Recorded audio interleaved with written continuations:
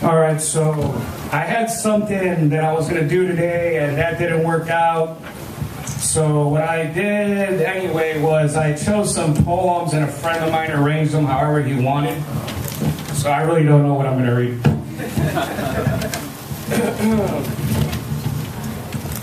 I don't remember the frequent trips to the hospital, the days missed from school. I don't remember the day I wasn't sick anymore. I remember the recurring fever dreams and how they became recurring nightmares. Not being able to play outside the rest of the winter and continuing medication months after I got better. I don't remember a lawsuit, but I remember never going back to Dr. Lopez. I remember my mother years later feeling guilty for waiting so long for the second opinion. I don't remember much about being sick.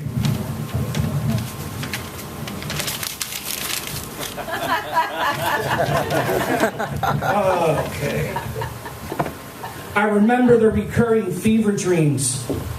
I'd wake up in my parents' room, house quiet, bedroom door closed, turn the doorknob and pull it open, overwhelming, blinding sunlight. Stand in front of the lawn, neighbor's house is empty, walk down the silent block, stand at the alley crying, a dead dog, a puddle of blood, cross the alley, wake up. And y'all can take these if you want. Winter's a high bun. We leave Chicago before sunrise, load our baggage into the burgundy 85 Buick Regal, the inside of my Chicago Bears starter jacket pinned with my mother's emergency contact list. While father took the wheel and steered the car south, I'd lie down in the back seat and continue sleeping. I'd wake up halfway through Indiana, sun slanting on farms where corn crows in the summer. We'd enter Kentucky, and I'd stare at the Louisville Slugger factory and beg father to take me to watch the bats being made. But he always was in a rush to drive through the mountains of Chattanooga before sunset. Later, we stop in Georgia for dinner and sleep, waking up before sunrise, trying to make Tampa before lunch. In the car, silence, broken, reading highway signs for father.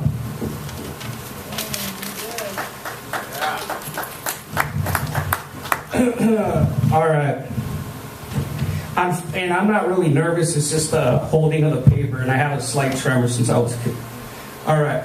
Fuck that. I'm first arriving, and I got a potty mouth. I'm first arriving in Chicago from Cuba. The island's still in your bones, saltwater air fresh in your nostrils, overtaken by the wind chill. Your tongue and ear no longer cut it. Menus lacking, lechon asado, arroz con gris, y yuca con mojo. Am I good on time? 5? Yes. That was yours. Missed it by that much. Thank you. All right. Ode to Abuelo's Machete.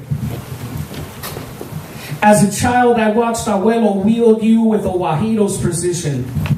In Hialeah's sun, your sharp blade glistened as he cut down branches and vines from the building he didn't own.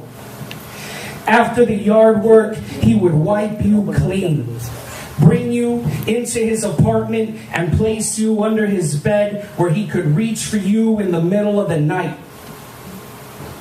I longed to hold you then like Abuelo. I even imagined you and me in pre-Castro Cuba cutting sugarcane, but I was not able to hold you in my unskilled hand. As his hands grew weaker, you were held less, and beneath the bed you stayed, your blade dull and rusting. After Abuelo's funeral, I took you from your resting place, worn handle in my hand, and wept I keep you in my closet, haven't sharpened or polished your blade, because you are no longer meant for labor.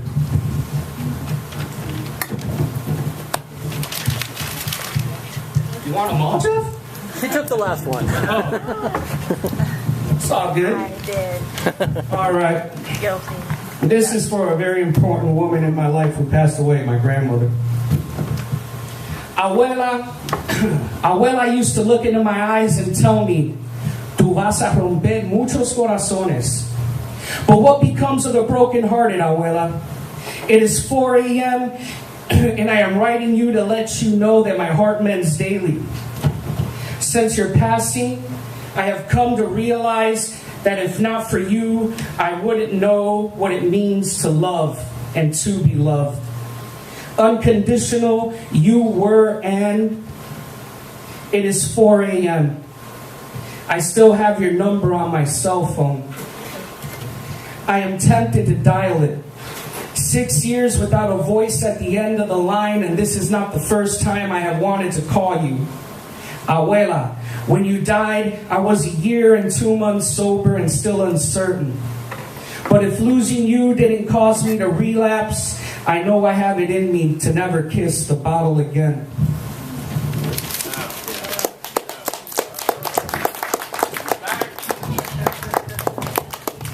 And this is the last one.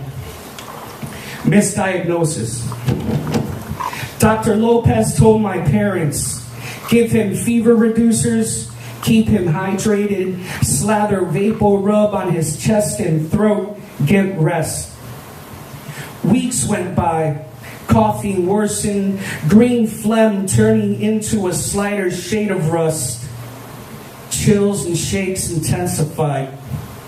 Dr. Lopez said he's playing ill. A month of fatigue, weight loss, vomiting, diarrhea, and no sleep. Dr. Lopez encouraged, it will pass.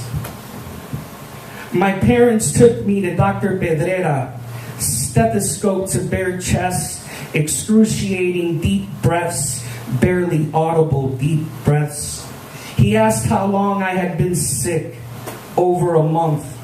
X-rays revealed fluid-filled lungs. Thank you.